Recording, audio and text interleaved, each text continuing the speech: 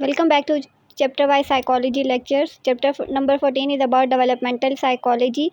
Lecture number 12 is about infancy and childhood development. Physical development, sensory development and perceptual development हम complete पढ़ चुके हैं. Current जो हम डेवलपमेंट डिस्कस कर रहे हैं वो साइको सोशल डेवलपमेंट है. आज एक इम्पॉर्टेंट थ्योरी डिस्कस करने जा रहे हैं जो कि साइको सोशल डेवलपमेंट में इंक्लूडेड है. इम्पॉर्टेंट है, इस वजह से मैंने सोचा कि इसकी एक अलग वीडियो बना लेते हैं. थ्योरी जो है वो एरिक्सन ने दी है साइको सोशल डेवलपमेंट पे. अब जब सवाल आता है ना तो डायरेक्ट आपसे पूछा जा सकता है कि Ericsson theory of psycho social development discuss करें. अदरवाइज साइको सोशल डेवलपमेंट के बारे में भी पूछा जा सकता है. तो जब साइको सोशल डेवलपमेंट के बारे में पूछेंगे तो आपने एरिक्सन की थ्योरी मस्ट लिखनी है क्योंकि ये इम्पॉर्टेंट है. और जब थ्योरी आप ऐड कर देते हो ना तो आपका जो सवाल है या आपका आंसर जो है वो इसको एक प्लस पॉइंट मिलता है और एग्जामिनर जो है वो आपको ज़्यादा मार्क्स भी देगा. अगर शॉर्ट में आए या लॉन्ग में आए तो कोशिश आपने ये करनी है कि आप इस तरह से टेबल बनाकर शॉर्ट में लाजमी मेंशन करें क्योंकि अगेन ये आपको प्लस पॉइंट देगा. ठीक है. और उसके साथ साथ आपने एक अलग से हेडिंग दे के छोटे छोटे पैराग्राफ में इनको एक्सप्लेन भी करना है. 4 कॉलम्स आपने बनाने हैं. फर्स्ट पे आपने स्टेजेस लिखोगे जिसमें ईयर्स मेंशन करोगे. सेकंड पे कॉन्फ्लिक्ट, क्राइसिस या टास्क. थर्ड पे हमने बनाना है कि फेवरेबल आउटकम्स कौन से होंगे. फोर्थ पे हम बनाएंगे कि अनफेवरेबल आउटकम्स कौन कौन से होते हैं. एंड देन लास्ट पे आप बनाओगे विर्च्यू. तो पेपर पे जगह कम थी, इस वजह से मैंने विर्च्यू को जो है ना टेबल के मिड में मेंशन कर दिया. तो आपने कोशिश करनी है एक अलग से कॉलम बना के उसमें मेंशन करो. लास्ट लेक्चर में हमने साइको सोशल डेवलपमेंट डिस्कस किया था कि इन्फेंसी और टोडलरहुड में बच्चे जो हैं वो दूसरे लोगों से अटैच होते हैं. प्राइमरी रिलेशनशिप जो होते हैं या फिर दूसरे फैमिली मेम्बर्स जो हैं उनके साथ ट्रस्ट बिल्ड करते हैं. उसके अलावा सेंस ऑफ सेल्फ उनको पता चलती है. एक दूसरे से कोऑपरेट करते हैं, हेल्पिंग बिहेवियर सीखते हैं, शेयरिंग करते हैं दूसरे लोगों के साथ.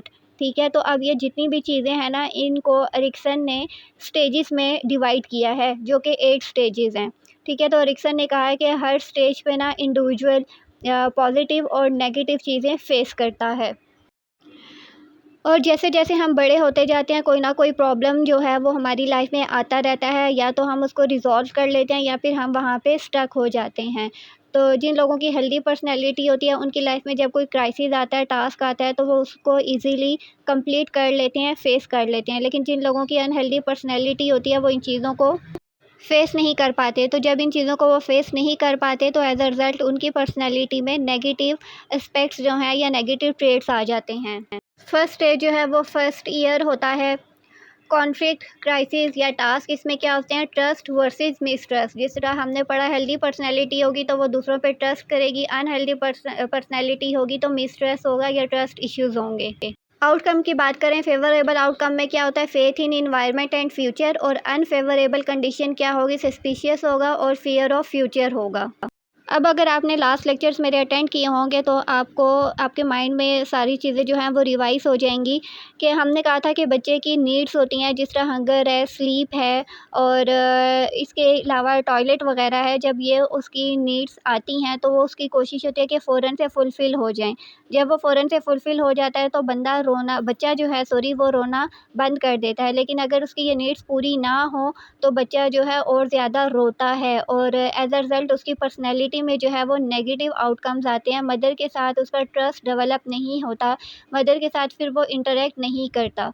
तो अगर उसकी हेल्दी पर्सनैलिटी तभी होगी जब मदर जो है वो बेबी को टाइम देगी और उसकी फ़िज़िकल नीड्स जो है वो टाइमली कंप्लीट करेगी या फुलफ़िल करेगी. और इस स्टेज पे बच्चे में एक होप पैदा होती है कि फ्यूचर से रिलेटेड जो है ना वो अच्छा सोचता है. Next stage is autonomy versus doubt.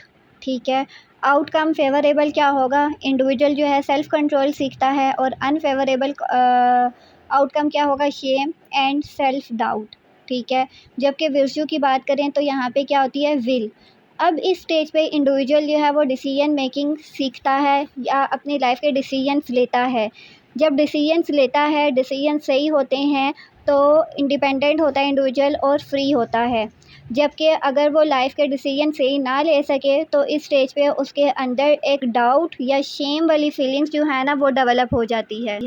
इसीलिए बच्चों को बहुत ज़्यादा रिस्ट्रिक्शन नहीं लगानी चाहिए और ना ही ओवर प्रोटेक्टेड होना चाहिए उनके लिए, बल्कि उनको फ्रीडम देनी चाहिए ताकि वो अपनी लाइफ के डिसीजंस ले सकें और एक फ्री इंडिविजुअल बन सकें, ऐसे इंडिविजुअल बन सकें जो कि अपने डिसीजंस जो है वो इजीली और क्विक ले सके। नेक्स्ट स्टेज जो है वो 3 to 5 ईयर्स तक होती है। क्राइसिस, कॉन्फ्लिक्ट या टास्क की बात करें तो इनिशिएटिव वर्सेस गिल्ट होता है। फेवरेबल आउटकम इनिशिएट एक्टिविटीज़ लेता है और अनफेवरेबल आउटकम क्या है, सेंस ऑफ गिल्ट होता है। अब इस स्टेज पे इंडिविजुअल जो है वो अपनी एक्टिविटीज़ जो है ना उनके लिए इनिशिएटिव लेता है, प्रैक्टिकल होता है। अगेन यहाँ पे अगर बच्चे को पेरेंट्स जो है वो पॉजिटिवली सपोर्ट करते हैं तो बच्चा जो है फिर वो न्यू एक्टिविटीज़ में भी ख़ुद को इन्वॉल्व करता है, पार्टिसिपेट करता है और शाइनेस उसमें नहीं आती, बल्कि उसकी लाइफ में जो है ना एक पर्पस आ जाता है और वो पर्पस फाइंड आउट करने की कोशिश करता है। लेकिन अगर जो वो एक्टिविटीज़ को इनिशिएट करता है, प्रैक्टिकल होता है, पेरेंट्स उसको सपोर्ट नहीं करते, उसको प्रेज़ नहीं करते, तो फिर बच्चे में जो है ना वो सेंस ऑफ गिल्ट डेवलप हो जाता है। नेक्स्ट स्टेज जो है वो 6 ईयर से स्टार्ट होती है और प्यूबर्टी तक जाती है। कॉन्फ्लिक्ट, क्राइसिस और टास्क की बात करें तो इंडस्ट्री वर्सेस इंफीरियरिटी होता है। फेवरेबल आउटकम जो है वो लर्न, ऑर्गेनाइज एंड अंडरस्टैंड होता है। अब यहाँ पे बच्चा जो है वो चीज़ों को लर्न कर रहा होता है, नई चीज़ों को लर्न करता है और देखता है कि ये चीज़ें जो है कैसे वर्क आउट करती हैं। उसके बाद वो चीज़ों को ऑर्गेनाइज़ करना सीखता है, ऑर्गेनाइज़ करने के साथ साथ वो चीज़ों को अंडरस्टैंड करता है, उन चीज़ों का मीनिंग फाइंड आउट करता है और उनका पर्पस सर्च करता है। लेकिन अगर पेरेंट्स बच्चे को सपोर्ट ना करें, नई चीज़ें सीखने में उसकी मदद ना करें, चीज़ों को अंडरस्टैंड करवाने में उसको हेल्प आउट ना करें, तो बच्चा जो है इन्फीरियरिटी कम्प्लेक्स का जो है वो शिकार हो जाता है। बच्चे में शाइनेस वगैरह आ जाएगी, वो आगे नहीं बढ़ सकेगा और दूसरों से ख़ुद को कमतर समझेगा। Next stage of development is adolescence. Conflict की बात करें तो आइडेंटिटी वर्सेस कन्फ्यूजन होता है। फेवरेबल आउटकम अगर बच्चे को सपोर्ट किया जाए तो बच्चा जो है ख़ुद को यूनिक और इंटीग्रेटेड पर्सन समझता है। लेकिन अगर बच्चे को सपोर्ट ना किया जाए, वो जो काम कर रहा है उसमें उसका साथ ना दिया जाए, तो बच्चा जो है ना कंफ्यूज हो जाता है इस बात पे कि वो कौन है, क्या है। तो बच्चा जब कंफ्यूज हो जाता है तो वो ख़ुद की यूनिक पर्सनैलिटी को अंडरस्टैंड नहीं कर पाता। जब खुद को अंडरस्टैंड नहीं कर पाता, ख़ुद की इम्पोर्टेंस के बारे में नहीं जान पाता, तो बच्चा जो है वो डिग्रेड होता है, इन्फीरियरिटी कम्प्लेक्स होता है, मिसट्रस्ट इश्यूज़ होते हैं, गिल्ट होता है, शेम वगैरह जैसी पर्सनैलिटी ट्रेट्स जो हैं उसमें आ जाते हैं। Next stage is early adulthood. Crisis की बात करें तो इंटीमेसी वर्सेस आइसोलेशन होता है। फेवरेबल आउटकम क्या है, एबिलिटी टू मेक कमिटमेंट्स। अगर आप बच्चे को सपोर्ट करेंगे तो बच्चा जो है वो दूसरे लोगों के साथ अच्छे रिलेशनशिप बना पाएगा, लव रिलेशनशिप जो है वो अच्छे तरीके से निभा पाएगा, दूसरे लोगों के साथ फ्रेंडशिप कर पाएगा, ठीक है, इसको इंटीमेसी कहते हैं। लेकिन अगर कंडीशंस जो हैं वो फेवरेबल नहीं होंगी तो बच्चा जो है ना लविंग रिलेशनशिप में फ़ेल हो जाएगा, वो स्ट्रॉन्ग रिलेशनशिप नहीं बना पाएगा और शक वगैरह जो है ना उसमें आ जाएगा। इस तरह से फिर वो लॉन्ग टर्म रिलेशनशिप जो है ना उनको बिल्ड नहीं कर पाएगा। Next stage is middle age. Middle age में टास्क की बात की जाए तो जनरेटिविटी वर्सेस स्टैग्नेशन होता है। फेवरेबल आउटकम जो है concern for family and society. Obviously जब बच्चे की पर्सनैलिटी हेल्दी पर्सनैलिटी चलती आ रही होगी फर्स्ट ईयर से एडोलेसेंस से अर्ली अडल्टहुड तक, अगर उसकी पर्सनैलिटी में पॉजिटिव ट्रेट्स हुए तो वो बच्चा फैमिली के लिए भी कंसर्न रहेगा और सोसाइटी के लिए भी, सोसाइटी की नॉर्म्स उसके बारे उसको पता होगा, रूल्स एंड रेगुलेशंस को वो इजीली फॉलो करेगा और अपनी फैमिली की भी टेक केयर करेगा। लेकिन अगर उसको सपोर्ट ना किया गया, उसके पीयर्स ने उसको सपोर्ट ना किया, उसकी फैमिली में ने उसको सपोर्ट ना किया, तो फिर वो सिर्फ़ और सिर्फ जो है ना अपने लिए ही कंसर्न्ड रहेगा। बाकी ना तो सोसाइटी की उसको कोई फ़िक्र होगी और ना ही फैमिली से उसका कोई लेना देना होगा, क्योंकि यहाँ पे उसकी जो है ना अनहेल्दी पर्सनैलिटी डेवलप हो जाएगी। स्टैग्नेशन का मीनिंग होगा डिप्रेशन होगा, स्लो डाउन होगा।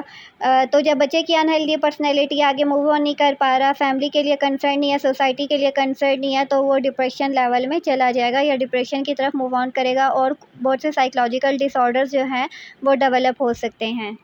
Last stage is aging years हैं। क्राइसिस की बात करें तो इंटीग्रिटी वर्सेस डिस्पेयर है। Favourable outcome, sense of integrity and fulfilment, willingness to face death. अब यहाँ पे जिसकी हेल्दी पर्सनैलिटी होगी ना, वो सेटिस्फाई होगा लाइफ से और वो मरने के लिए भी तैयार होगा। उसको कोई जो है ना गिल्ट वगैरह नहीं होगा, इन्फ्योरिटी कम्प्लेक्स नहीं होगा, बल्कि वो अपनी जितनी लाइफ उसकी गुजर चुकी होगी ना उससे सेटिस्फाई होगा। जो लोग अपनी लाइफ से सेटिस्फाई होते हैं, हेल्दी उनकी पर्सनैलिटी थ्रू आउट रही होती है, तो उनको मरने से भी कोई खौफ नहीं होता। अनफेवरेबल आउटकम इसका क्या होगा कि ऐसा इंसान जिसको सपोर्ट ना किया जाए, जिसकी थ्रू आउट हेल्दी पर्सनैलिटी ना रही हो, तो फिर इस स्टेज पे आके ना वो अपनी लाइफ से सेटिस्फाई नहीं होता, यहाँ तक कि उसको मरने से भी डर लगता है और गिल्ट उसमें बहुत ज़्यादा होता है, फियर उसमें बहुत ज़्यादा होता है। अब ये कंटेंट है, अगर आप लिखना चाहो तो यहाँ से लिख सकते हो। अदरवाइज़ जो टेबल मैंने अभी हमने डिस्कस किया है, अगर उसको भी आप डिटेल में करना चाहो तो आप इजीली कर सकते हो। तो सेम चीज़ें यहाँ पे लिखी हैं, जब एक बार गो थ्रू करोगे तो आपको अंडरस्टैंड कर लोगे कि यहाँ पे कंटेंट में क्या चीज़ डिटेल में बताई गई है। ठीक है, तो ये स्टेजेस हैं जो कि आप यहाँ से पढ़ सकते हो। कोई सवाल हो तो कमेंट्स में पूछ लेना। तो लाइक, शेयर एंड सब्सक्राइब करना ना भूलना। अपना ख्याल रखना और अपनी नेक्स्ट वीडियो में मिलेंगे। Till then take care. अल्लाह हाफ़िज़।